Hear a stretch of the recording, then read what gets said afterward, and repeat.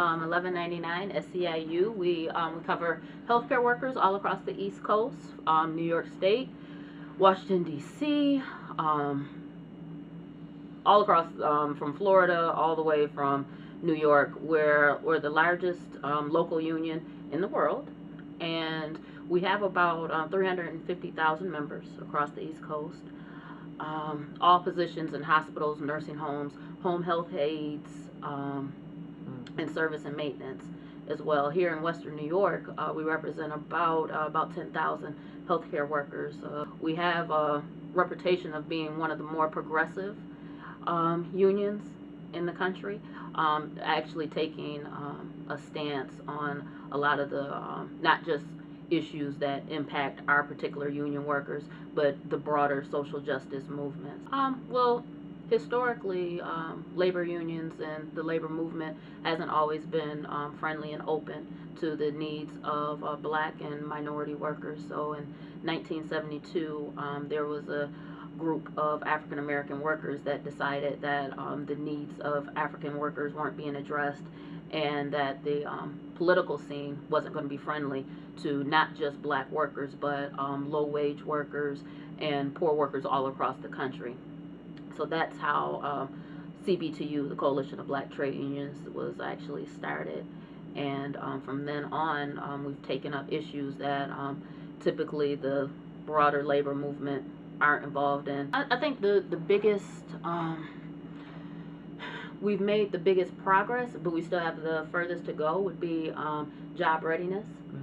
And making sure that, you know, as we see there's over $1 million of new construction projects going on in the Buffalo Medical Corridor and things like that, to making sure that all people are actually trained for these jobs, and opening up those opportunities for all workers. I think step one would be bringing concerned and informed parties to the table to kind of talk about a larger strategy.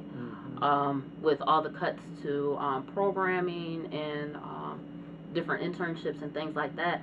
So typically the black workers, Hispanic workers are usually the first that are cut out of a lot of these training programs, because just, you know, the tax base in inner city communities, that there just isn't enough funding for particular programs to be able to continue on. Right. But you see that these programs are continued on in suburban areas and other areas of the county. So how do we all sit down and put together a strategy that all workers have an opportunity to participate in these new positions? There's a quote by Frederick Douglass: "Power concedes nothing without demand."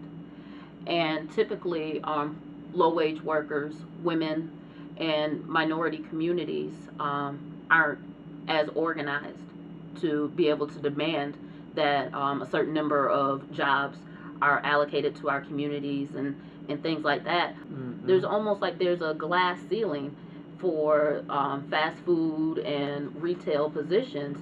I thought the American mantra was that, you know, if you work hard and, you know, you get the experience, that eventually, you know, maybe not $7 an hour, but, you know, that you are getting pay raises, and eventually you will get benefits. But for these workers, those opportunities never present themselves. I'm really not sure if we're in a position where we can reverse it with without these workers becoming unionized and being able to collective bargain for, you know, their number of hours and their wages. Because more and more you see that retail and fast food are following the Walmart mantra that, okay, well, if a position opens up, we won't fill it with a full-time position, we'll hire temporary workers. And temporary workers, you know, we can just treat anyway. You know, they don't have a voice. The evidence shows that when a community has higher union density, that it raises the wages and benefits for the entire market. So when you increase that union density, you increase, you know, just the overall wages and benefits for that community.